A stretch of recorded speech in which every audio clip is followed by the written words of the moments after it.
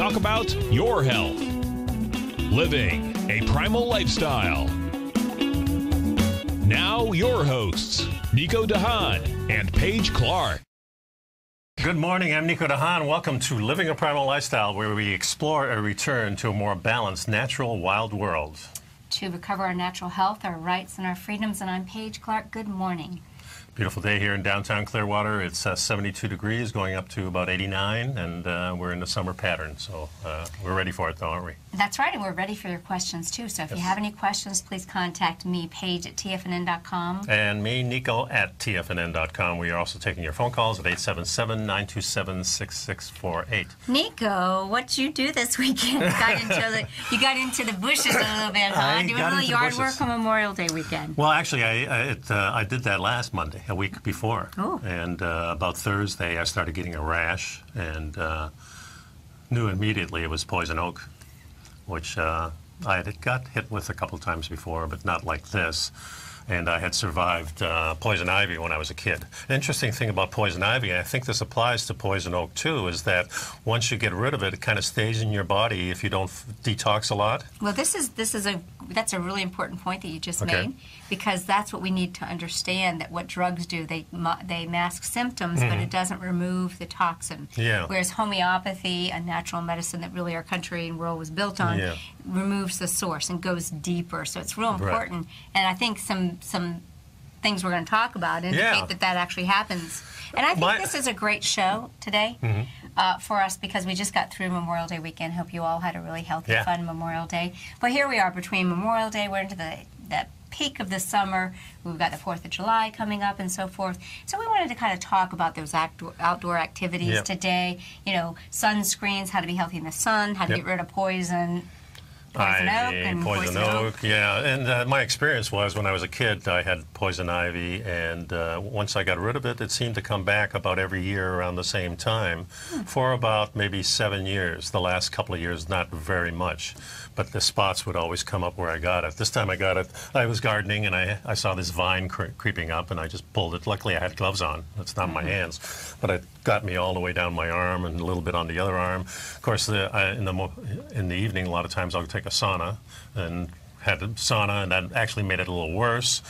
But I thought we'd talk about this because, like you said, it's between holidays and a lot of things are happening. Now we're going out in the bush a little bit more, especially up north. So how do you avoid it? Best is avoidance. Yeah, you know? That's right. Don't go around Don't go doing so much yard work. That's right. But, you know, it's funny, too, because I grew up, I was always a tomboy girl, you know, and I was always in the woods and stuff. Somehow or another, I never got it. I cannot believe I didn't. Lucky girl. I was girl. always pulling things. But, yeah, from what I know, it is really quite something, and usually has about a 2-week track. And like you said, sometimes the heat and so forth can actually pull it out. And so let's talk a little bit about the strategies that you're going through as you're trying to get this resolved. Yeah, of course, the itching is really bothersome, you know, and it's a deep itch, and you can't, if you scratch it, you make it worse, and it'll spread naturally. What I found really does help is icing it.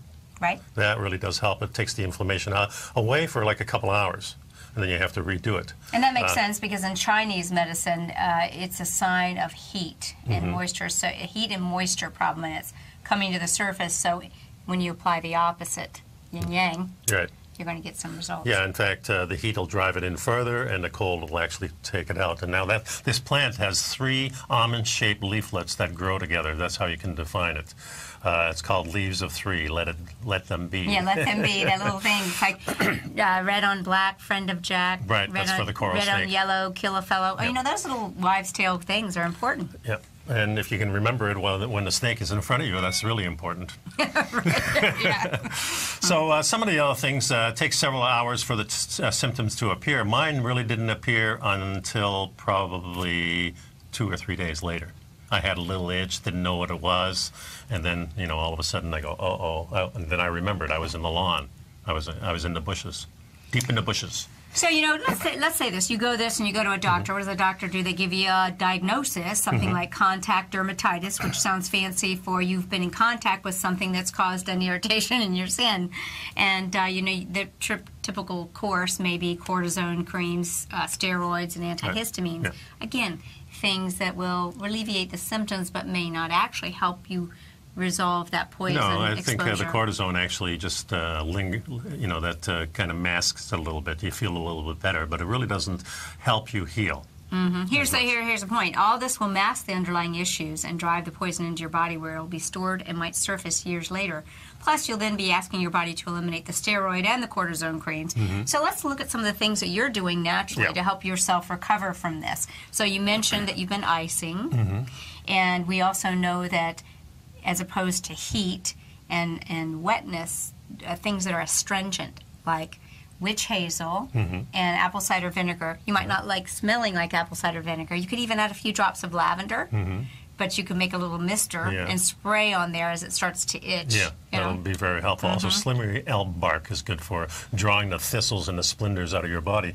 And you can't really see them, but they're there, and that's what makes them itch. Of course, avoid heat.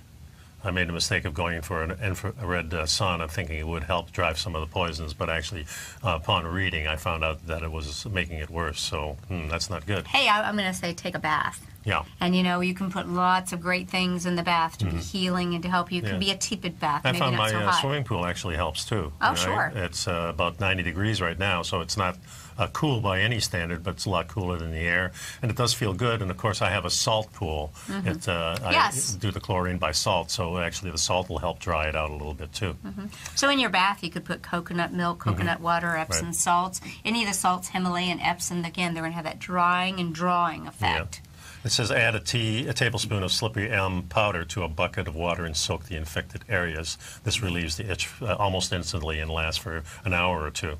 That's interesting because slippery elm bark, I was sharing with you, is a really important herbal remedy for colon and soothing the colon and making sure things happen. I like the way the name kind of explains slippery elm. But that kind of gives you an idea. If it decreases rash and irritation, what do you think's maybe happening where we can't see?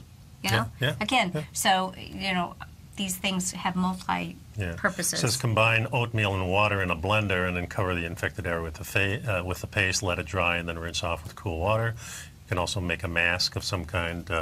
Baking soda, aloe, a paste, anything that will kind of be cool and drawing, I think would be helpful to you. Apple cider vinegar, like you said.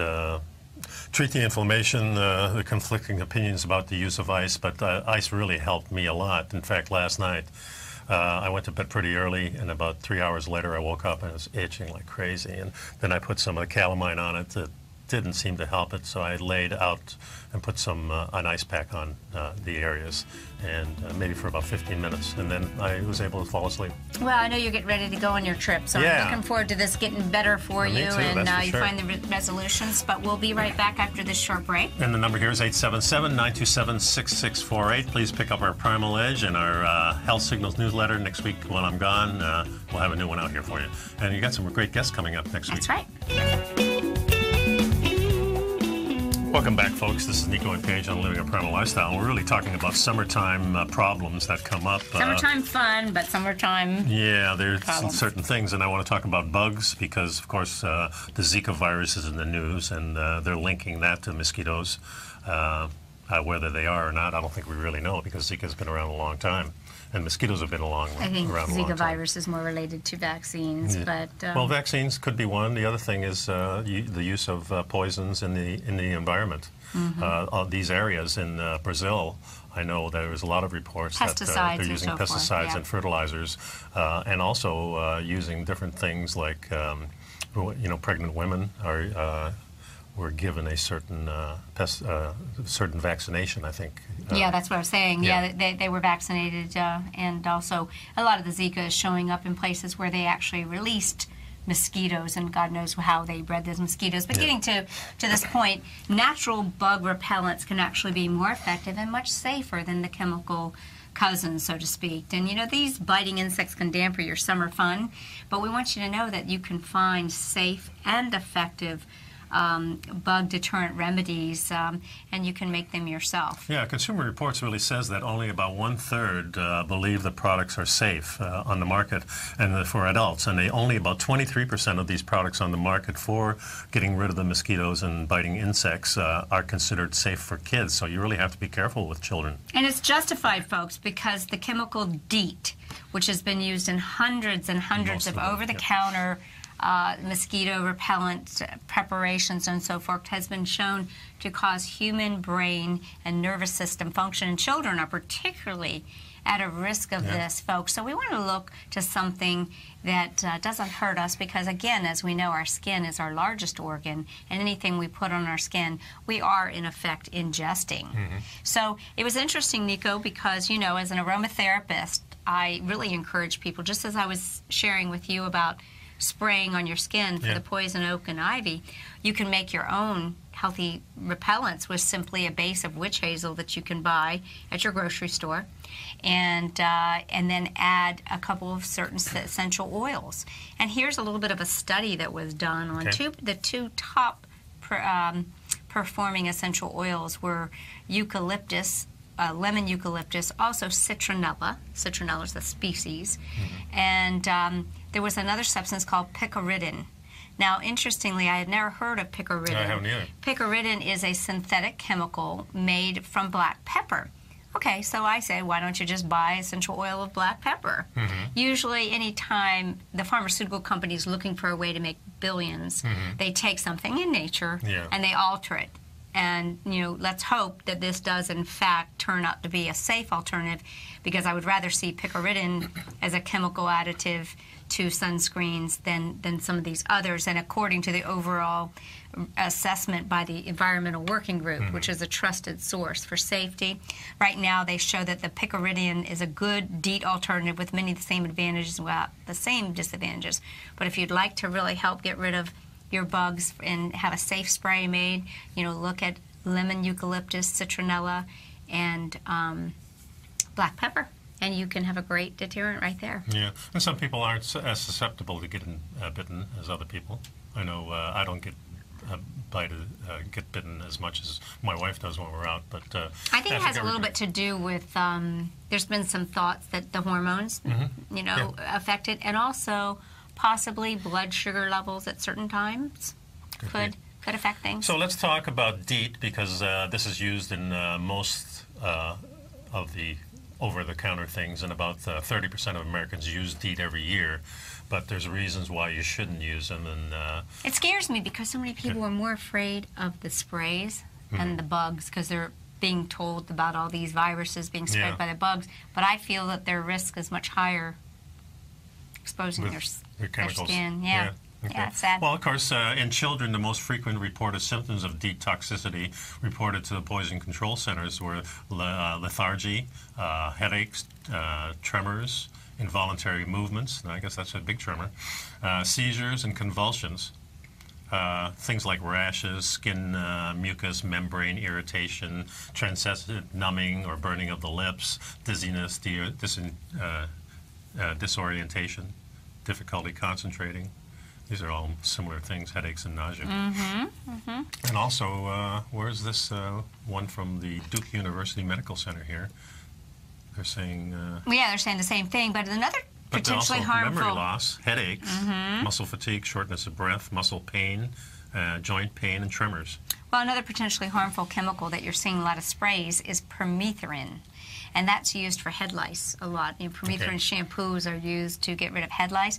And it's a member of this synthetic pyrethroid family, all of which are neurotoxic. Can you imagine how people, you know, and I went through it too. I'm telling you, all my kids got exposed to head lice. You know, there was a head lice scare at school, and we all went and bought those permethrin, and God, it's right there on our heads. By the neurotoxins. You know, I wish I had known more now that there's some other ways to deal with that. So, you know, there's lots of non-chemical options to keep bugs away, you know, while you're having fun in the summer, and we want to have fun in our summer. And, you know, well, you've got these diffusers that my wife uses outside. You've got certain candles, I think, that you can Citronella burn. Candles, which is basically the lemon, citrus, eucalyptus. And, you know, here are some tips. You know, here's some tips. These are called the 3 Ds of protection to prevent mosquito breeding on your property, because really it's just like anything else. The ones that are going to be biting you are the ones that have set up households on your property. And that's a drain. Mosquitoes require water in which to breed. So you need to walk around your house. Sometimes there's that garbage can lid that's unflipped up and the water's kind of pooled there. or some other reason. Some pots that don't have holes in it. There's a lot of places, certainly. Swimming pool, I think, is okay. So yes, well, I think the chlorine and stuff keeps them away. And you have pet bowls, and you have gutters, garbage cans, like you said. Bird baths even. Spare tires, another one. Those things are laying all around. The other thing you can do is dress light colors, and cover as much skin as you can. That's true. And then defend. While the AMCA recommends using commercial repellents, as we just discussed, we really recommend that you take a look at some of the natural alternatives and stay away from these chemical repellents, as we, essentially are eating anything we put on our skin, and try some of these natural alternatives. Yeah. Now, body temperature and skin chemicals like lactic and acid attract mosquitoes, which explains why you're more likely to be eaten alive when you're sweaty and during exercise or after exercise. So try to stay as cool as you can. And some of the other things you can do. Oh, this is an important one. Yep. I just remembered this. Okay. They say that mosquitoes, that they found that a deficiency of B1 is a sign. These are people that are going to get bit by the mosquitoes if you're deficient in thiamine. Those people. Yeah, I think that's interesting. Some experts recommend actually supplementing B1 during the summer months from April. Obviously, if you're taking the Primal Edge, you don't have to worry about it because you're getting your B1 in there in absorbable some other form. things. Cinnamon leaf oil. One study found it more effective at killing mosquitoes than DEET. Yeah, I as an aromatherapist, I caution skin. If they're talking about skin, they don't state here. But I think cinnamon, there's safer oils, the eucalyptus, as we mentioned earlier. Clear liquid vanilla extract mixed with olive oil. Hey, that would smell pretty good. Yeah. So if you're using that as maybe a sunscreen, wash with citronella soap and then put 100% pure citronella essential oil on your skin. We talked about that. And catnip oil. A lot of cool stuff. Yes, you need a lot of cool stuff to stay cool in the summer and bug-free. But we've got to take a little break, so we'll see you shortly. Give us a call. 877-927-6648. And welcome to Living a Primal Lifestyle. I'm Paige Clark with Nico DeHaan. And Nico and I are talking about summer fun. And, what's in your sunscreen, folks, could be worse than not using a sunscreen at all. And I really, really believe this is turning up to be the case as we're starting to see more and more research that the chemicals that they're using in sunscreens really have neurotoxic effects on our body. And as we've discussed, anything you put on your skin, you should be willing to put in your mouth. And if that's not the case, if there's more ingredients than you can pronounce, maybe you should take a second look. There are lots of companies that are now producing safe sunscreens. In fact, popular sunscreens contain an alarming number of toxins, but this week, the Environmental Working Group, EWG, released their 2016 Guide to Safe Sunscreens, which includes a list of which chemicals to look out for and their top picks for the safest brands and products. Yeah, that's pretty cool. And I think it's really important, again, as we look at our children, as people are slathering this on to our children and not really aware, they're kind of been subjected to the marketing. I was surprised to see they put together a list of the worst scoring kids sunscreens. Guess who were on the top of those? Banana Boat and Coppertone made the top of the list. Yeah. But it was filled with other household brand names too. So make sure you check that list. Yeah, so we also have some recipes for our own homemade stuff. But let's go I made my own, I told you. Yeah. I'm not ready to disclose it because it might be a big seller, but I've been testing it out on myself. Oh, cool. Yeah, but it's cool. It's easy to do. So there's 6 toxins to avoid in sunscreens here. Yeah, well, one of the top ones that you'll see on the ingredients list is oxybenzone, and this chemical absorber, filters the UV light, and is therefore a common ingredient in sunscreens, despite its, high risk of allergies. A lot of people have allergies to this. It also penetrates. Oh, yeah. Penetrates the skin at a very high rate, and it acts like estrogen once it enters the bloodstream. Ooh, not something we want. Disrupts the whole system. Yeah. Yeah, reducing sperm production and potentially causing endometriosis. That can't be good. Yeah, and I shudder to think of all the years early, especially in my 30s, I was really thought sunscreen was something I used it pretty heavily. Yeah. And we used to use, up in Canada, just baby oil with a little iodine in it. Yes, that's what I was going to say to you. Yeah. We'll get to that when we talk about safe sunscreens. But again, here are some chemical soups. Again, if the name is something hard to pronounce, perhaps it's something you don't want to put on your skin. octinoxate. That's absorbed through the skin and also disrupts your endocrine system by mimicking the hormone activity that can affect the reproductive system and the thyroid. Absolutely. Wow. Retinol palmitate is a form of vitamin E, and this chemical is used in a large number of sunscreens. And, and it's believed that vitamin A can actually slow skin aging, but when exposed to sunlight, just like many other fat-soluble vitamins, it has been shown to speed the development of malignant cells and skin tumors because the UVA causes the compound to break down and produce free radicals, damaged fats. Vitamin A is a fat. There's a product called homosalate. Yeah. A common ingredient that also helps sunscreen penetrate your skin and disrupts the hormone balances. Can accumulate in your body also, so it's detoxified through the liver. Yeah, so octocrylene. This is yet another ingredient that easily absorbs in the skin and produces free radicals. Are you seeing the pattern here? Yeah, and then there's parabens, which are synthetic compounds that are added to cosmetics and body products because they prevent the growth of fungus and bacteria. Yeah, they're dangerous because many of the ingredients, they disrupt the hormone functions. And I think we've heard this over and over again. When we apply these chemicals that are on the skin, we're really going to interfere with our endocrine system, our hormone system, and I don't think any of us want to do that. Yeah. So let's talk about 3 safe alternatives, and maybe we'll expound on a few of our own. I want to get back to your the old body oil, and we'll talk about how that might actually be working. And some of these I haven't even heard of. Key Solar RX Sunblock. The sunscreen is free of toxins because it uses zinc oxide as the physical sun blocker, which is really probably one of the safer products to use. It is, yeah. So that's a product, I think that's a specific product. Keys Solar RX Sunblock. You might want to check that out. And Babo Botanicals. Babo's sunscreen product also uses zinc oxide as a physical sunblock and are certified organic, preservative-free, and designed for babies, children, and adults. And then finally, Going Bare is another brand. If you're going to be outdoors for a short period of time, actually that's just consider going sunscreen free. That's not actually a product. It's just Going Bare is a good idea. Actually, our skin is designed to absorb, and we need to absorb sun to make vitamin D.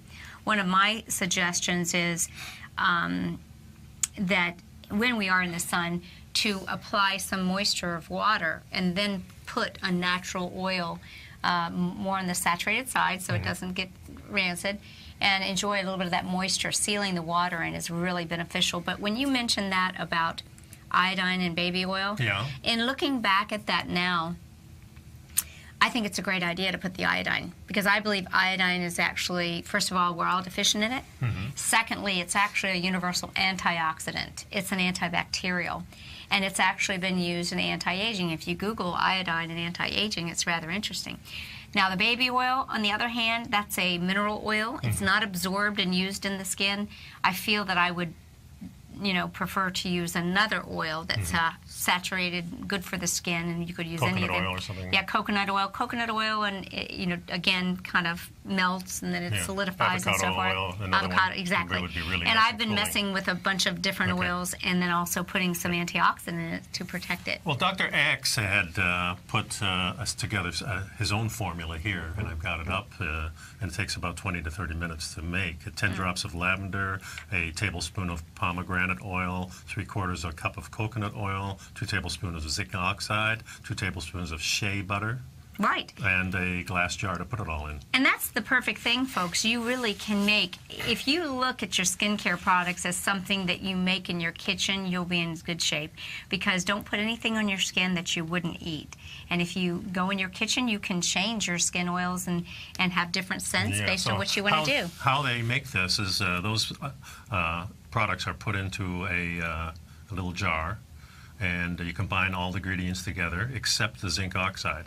You place a saucepan with 2 inches of water, kind of like you're making the chocolate thing, and you put it over medium-low heat. Place the jar in a saucepan and stir contents until the ingredients start to melt. And then that's because the coconut oil is solid, Right. And then you put the zinc oxide and stir well and store in a cool place, and then you can use that.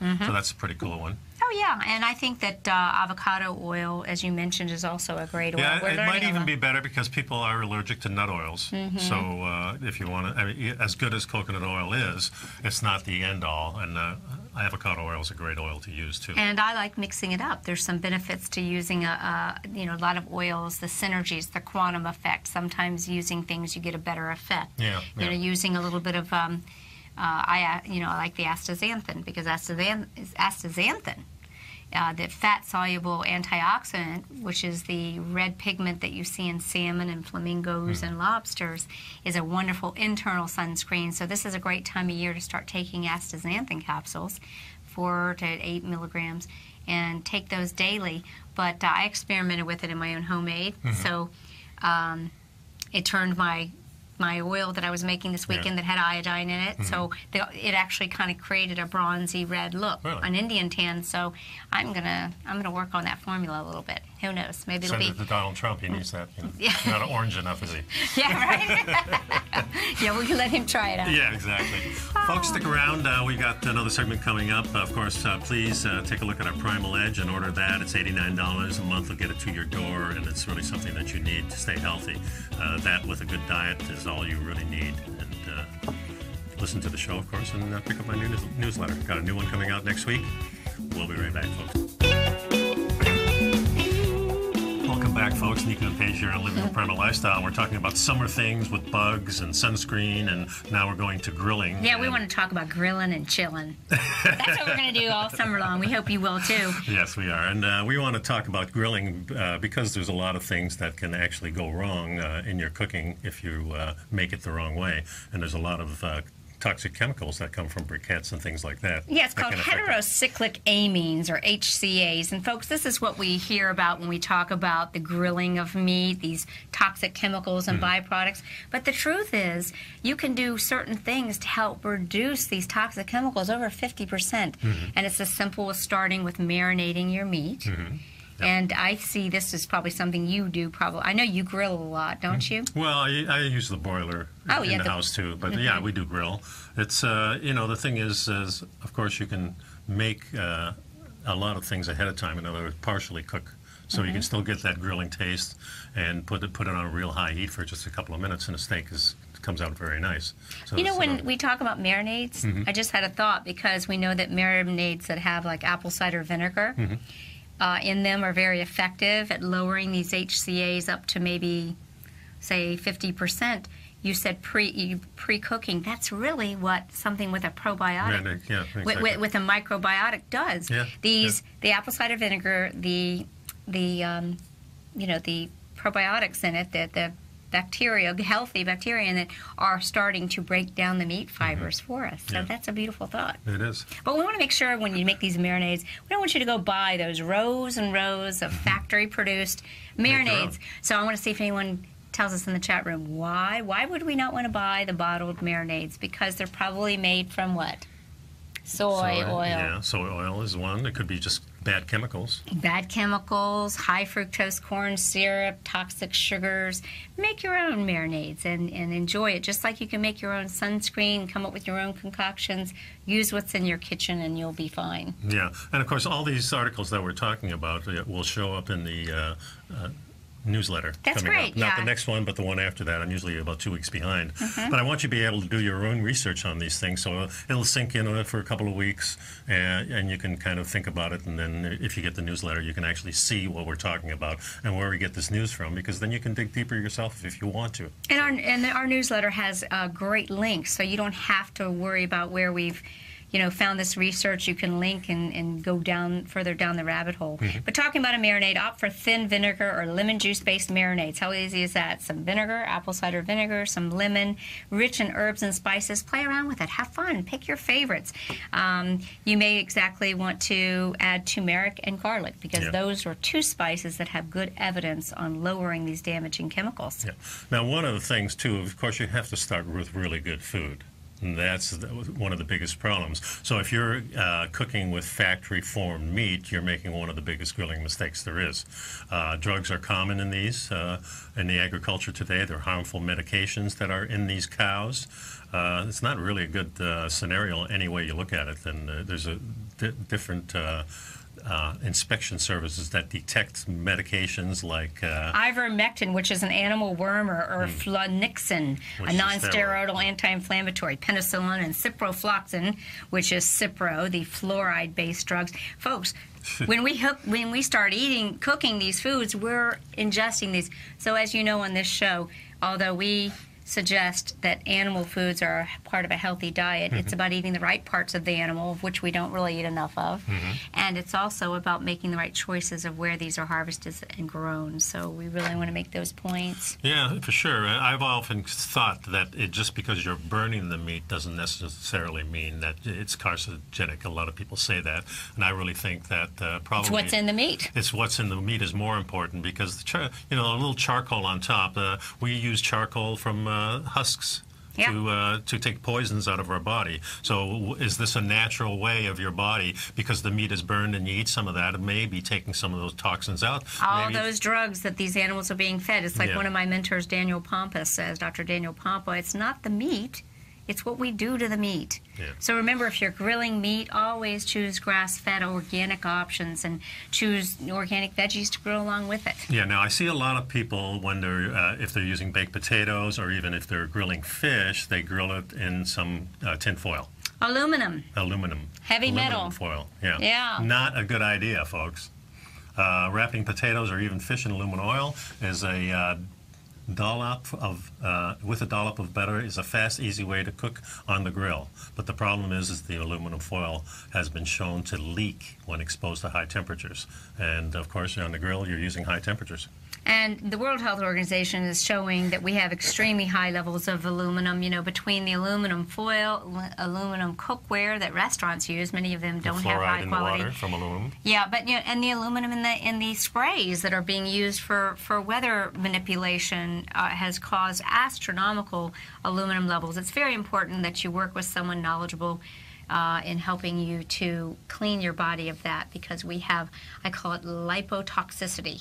That's my new word. Lipotoxicity, that's fat toxicity. So we're storing all these toxins in our fat, and we need to learn how to release them. And that's what I'm really focusing my work on now. Yeah. A 2011 study published in the Internal Journal of Electrochemical Science also found that exposing food in aluminum foil to heat causes leaching to occur in levels that could be considered unacceptable by the World Health Association. And this is the number 4. You use non-stick cookware. Non-stick cookware is a chemical soup itself. These non-stick grilling accessories, the grates, the griddle paddles, the pans, the mats, all this non-stick cookware has chemicals in it that have been linked to obesity, abnormal thyroid hormones, and toxicity to brain, liver, prostate, and kidneys. It may require more elbow grease during cleanup, but skip the non-stick cookware and use ones without the chemical cookware. And really, good pans are a godsend. Stainless steel is still questionable. And a lot of people don't understand how to use their stainless steel. Like some younger folks I've talked with say, oh, I always have things stick to it. It's really important that you preheat the pan. If you get the pan hot and then add your food, but if you just slap the pan on there, warm it up, and then put your food in, you're going to get sticking. It's when you get it hot, take some water and go, psh, and if the water bounces off of it, you've got it hot enough. Good choices are ceramic. Cast iron is another great one. I cooked with cast iron for I've got seasoned cast iron pans that my family has had. They last for hundreds and hundreds of years. They're like family heirlooms. And I now cooking mostly ceramic, non-toxic ceramic stuff, and that works really well. And the same thing, you heat it up a little bit first so it doesn't stick as much. And it's really easy to take. And a final tip is you fail to pre-cook. The American Institute for Cancer Research highly recommends pre-cooking meat before firing it on the grill. This helps reduce drippings on the grill. Again, we are going to say, is it the drippings that are toxic, or is it the meat that we're buying at the big box stores, which is not organic, and it's factory farmed and fed antibiotics and pesticides and so forth, been eating grass that's been sprayed with Roundup? Is it those chemicals that are burning in the drippings? These can be turning into polycyclic aromatic hydrocarbons. So partially cooking your meat on the stove, maybe parboiling it. Is that what they're saying? Kind of like you can actually put it on the grill inside for a little while, but boiling it is a real good way. And then you're halfway there. And in fact, there's a lot of recipes that really call for that when you're cooking duck and things like that. So I really love crock pot cooking. I cooked a great roast this weekend, and that's kind of a nice low. Take it low and slow, and maybe we don't have all that stuff. Yeah, we had stuff. pork tips in our crock pot this weekend too. Very they were nice. Fabulous. Got to take a break here for a second, folks. We've got a few more things to say, so let's stick around, please. The number here is 877-927-6648. Welcome back. I kind of want to get right into some questions we had on the chat room. We're living a primal lifestyle. We're talking about grilling and chilling and staying healthy and having fun and comfortable during these summer months. And we had a comment that maybe the drippings created a lot of great flavor and the lean steaks don't taste as good or as tender, especially when grilled with charcoal. And Nico, I don't know, maybe you can talk to this a little bit more, but one of the things I like to suggest to my clients is when you're using leaner grass-fed, and grass-fed meat is leaner in appearance, but there are still some fattier cuts. You can get the fattier cuts of grass-fed. Ribeyes. The ribeyes and the chuck roast. Let me tell you something. You take a chuck roast and pan sear it just to kind of brown a little bit. Stick it in the crock pot before you leave for work. When you come home, it'll be, I call it mulch. Mulch? Oh, yeah. It just comes apart with your fork. Yeah. But pre-marinating, as we said, with some of these delicious spices is a great way to help those little microbes in, say, apple cider vinegar and so forth to help break down those muscle fibers and make the meat more tender. So I encourage people to do a little at-home marinating. Okay. So, we think of aging as something we do alone. The change is unfolding according to each person's own traits and experiences. But researchers are learning that as we age in relationships, we change biologically to become more like our partners than we were in the beginning. How cool is that? Long-time couples get in sync in sickness and in health. And it's really fascinating because they looked at married couples who were together less than 20 years and couples that were together for more than 50. And the colleagues all found striking similarities between partners who have spent decades together, especially in their kidney function, in their total cholesterol levels, in the strength of their grip, which is a key predictor of mortality. They presented their findings at the annual meeting of the Gerontological Society of America. Now, when I hear about those key findings, that could also indicate kidney, cholesterol. Most likely they've been together eating the same foods together. Yeah. Right? And doing similar activities. Doing the similar activities, levels of fitness and so forth. So very fascinating. It makes me think of something that maybe if we have a general practitioner that we were going to see, maybe as a couple we should at least have a consultation so together we're examined in a way. And that's one of the things they suggest here. Oh, really? They suggest, I'm trying to find it here. It says it's like finishing each other's sentences, but it's your muscles and cells that are now operating in sync. Well, that doesn't surprise me one bit because I believe that we are really, that it's really cellular communication that is a big part of it. Looking at married couples who were together less than 20 years. Yeah, that's what I just read. Is that the one? Yeah, okay. But they often said, I saw it somewhere here, but they did mention that they suggest that people take a look at their partners. If they're, one partner's having some trouble, kind of see what's going on because of the similarities. Well, certainly you hear a lot of times when some people have been together for many, many years and then one passes away and almost immediately the other one starts going into that direction too. How about that? True cell resonance. It says they also found the effects crossed over from not just physical similarities, but from the the mental side. And in other words, increases in feelings of depression in one spouse led to more daily task limitations or depression in the other one. So they also found that the effects cross over from mental to physical, which is cool. Yeah, this is something I think we've known instinctively, and I've been with Ellen for 21 years. And can hardly imagine any life without her. And couples that play together stay together. Yeah, and maybe it is better that way if you decide to go together. Well, and that's great because they said the implications for health care are really clear. People in relationships don't experience chronic health problems on their own. When a spouse comes in with a problem, the other spouse could be a part of the cause or part of the solution. Yeah. So that's good news, that we can really encourage each other and work together to stay healthier. And this was actually interesting. It was written by a graduate student, freelance science writer in Tampa, Florida. Yeah, that's kind of neat. That? Yeah, I think it's cool. It's Lindsay Peterson. It's really something how couples that stay together, it's really a special thing. That's for sure. I saw it in my parents. I'm seeing it now with my wife. And of course, close friends are the same way. That's right. There's a hole when they're not there anymore, for sure. Thanks for sticking around, folks. Thanks for seeing the show. We'll see you next time. Have a great week. Bye-bye. You're watching Tiger TV.